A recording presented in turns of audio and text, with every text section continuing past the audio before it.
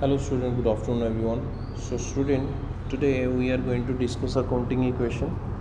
The accounting equation simply mean the assets of the business are ultimately equals to capital plus liability. Fine. Assets जो होंगे वो capital plus liability के equal होंगे, जब capital assets जो होंगे वो लाइबिलिटी प्लस कैपिटल के इक्वल होंगे. सो बच्चा इस इक्वेशन के अकॉर्डिंग इस चैप्टर के अकॉर्डिंग हमें जो सबसे पहले सर्टेन करना है वो सर्टेन करना है कि हमें सबसे पहले एसेट्स को बिजनेस ट्रांजैक्शन से सेपरेट करना है, कैपिटल को सेपरेट करना और लाइबिलिटी को सेपरेट करना. तो बच्चा मैं आपको इन तीनों की कंडीशंस बता देता हूँ. एसेट्स वो होगा जो ओनर ने बिज़नेस को दिया, फाइन, बिजनेस के पॉइंट ऑफ व्यू से, क्लियर. और जिसने दिया वो ओनर होगा और वो बिज़नेस के लिए कैपिटल कहलाएगी, और जो दिया वो बिज़नेस का क्या बनेगा, एसेट बनेगा. फाइन. नेक्स्ट, एसेट क्या है. एसेट एक ऐसी चीज़ है जो बिज़नेस ने खरीद के लाई, ठीक है. अगर उसके पैसे दे दिए तो बच्चा कैश पे इफेक्ट करेगा, अगर उसके पैसे नहीं दिए तो बच्चा क्या बनेगी, लाइबिलिटी बनेगी.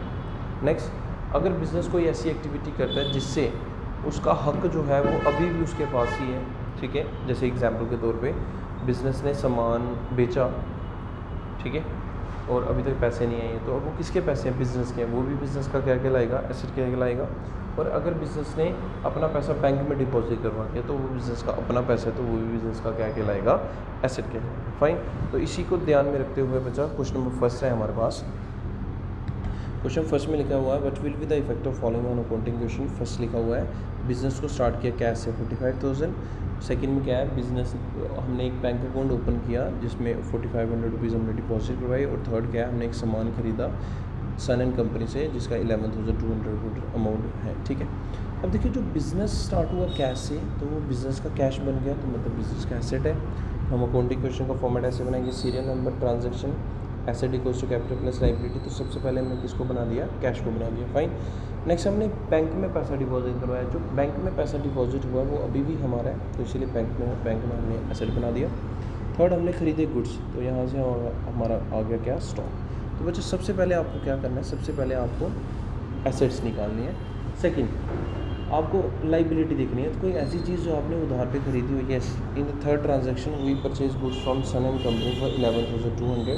तो बच्चों क्रेडिटर जो है ये उधार पे है, तो 11,200 रुपीज़ का. फाइन. इसके बाद कैपिटल देखना, जो ओनर ने बिज़नेस में क्या किया, इन्वेस्ट किया. तो चलिए देखिएगा ध्यान से. बिल्कुल, बिज़नेस को स्टार्ट किया कैश से, तो कैश में आ गया 45,000 और कैपिटल में भी आ गया 45,000. फाइन.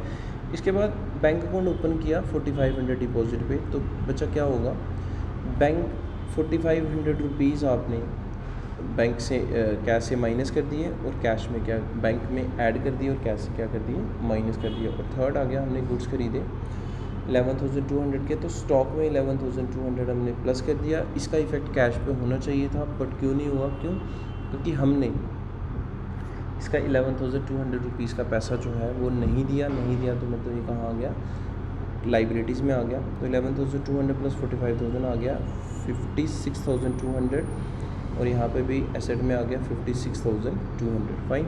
तो सिंपली हुआ क्या बच्चा, इस क्वेश्चन में हमें सबसे पहले क्वेश्चन से मिला एसेट, सेकंड से एसेट मिला, थर्ड से एसेट भी मिला और लाइबिलिटी भी मिली, और फर्स्ट से हमें एसेट भी मिला और कैपिटल भी मिली. Fine. Move on to the very next question. The very next question is, हमें अकाउंटिंग क्वेश्चन बनाना है on the basis of following. तो बेसिस ऑफ फॉलोइंग कंडीशंस ये हैं कि गोपीनाथ ने बिज़नेस को स्टार्ट किया कैश से 25,000. गोपीनाथ ने बिज़नेस को स्टार्ट किया, ठीक है, बिज़नेस को गोपीनाथ ने बिज़नेस को स्टार्ट किया कैश से 25,000. नेक्स्ट क्या है, गोपीनाथ ने सामान खरीदा शाम से जिसको पैसे नहीं दिए, ठीक है. थर्ड क्या है, गोपीनाथ ने सोहन नाम के पर्सन को सामान बेचा जो 1,800 रुपीज़ का कॉस्ट प्राइस था, बट 1,500 का वेयर कर दिया.